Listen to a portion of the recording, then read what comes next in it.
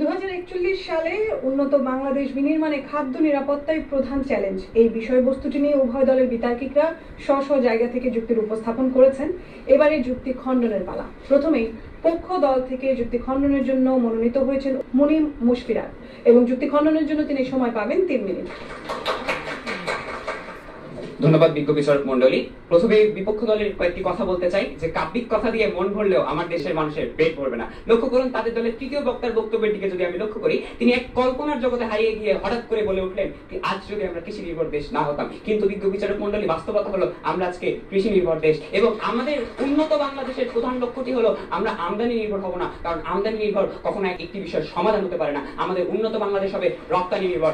সেখানে তিনি আজকে আমাদের কাতার থেকে আমদানির কথা তুলে ধরে গেলেন, এটি তাদের প্রথম ভুলের জায়গা। এরপর লক্ষ্য করুন তিনি এক পর্যায়ে বলেই ফেললেন যে আজকে কিনা আমাদের এই উৎপাদনটি অর্থাৎ আমাদের এই খাদ্য নিরাপত্তাটি ভবিষ্যতে গিয়ে চ্যালেঞ্জ হবে না। কিন্তু আমাদের প্রথম বক্তা ইতিমধ্যেই বলে গিয়েছেন আমাদের বিশ্বটি বিভিন্ন সময় অস্থিতিশীল পরিবেশের মধ্যে দিয়ে যায়। সেই সকল অস্থিতিশীল পরিবেশে আমার খাদ্য নিরাপত্তাটি কিভাবে নিশ্চিত হবে সেটিও কিন্তু তারা আজকে আমাদেরকে দেখিয়ে যেতে পারলেন না।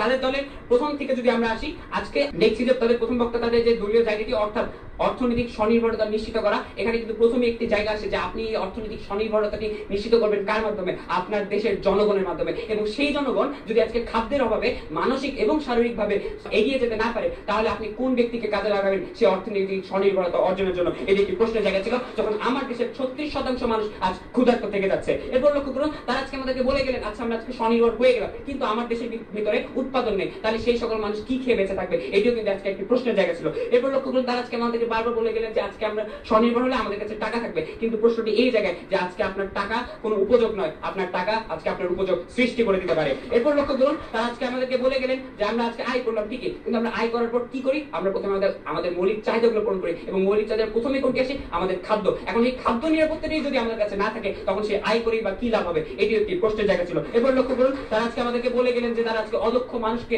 শ্রম শক্তিতে রূপান্তরিত করবেন অর্থনৈতিক ভাবে স্বনির্ভর হওয়ার জন্য, কিন্তু সেই মানুষটিকে যদি আপনি খাদ্য নিরাপত্তায় না দিতে পারেন, সেই মানুষটির কোন ইচ্ছা হবে যে সেই কর্মসংস্থানে গিয়ে নিজের অদক্ষতাকে দক্ষতায় পরিণত করতে? এটি একটি প্রশ্নের জায়গা ছিল। অর্থাৎ দিন শেষে আমি আশা করবো তারা আমাদের সাথে একমত পোষণ করবেন। ধন্যবাদ সকলকে।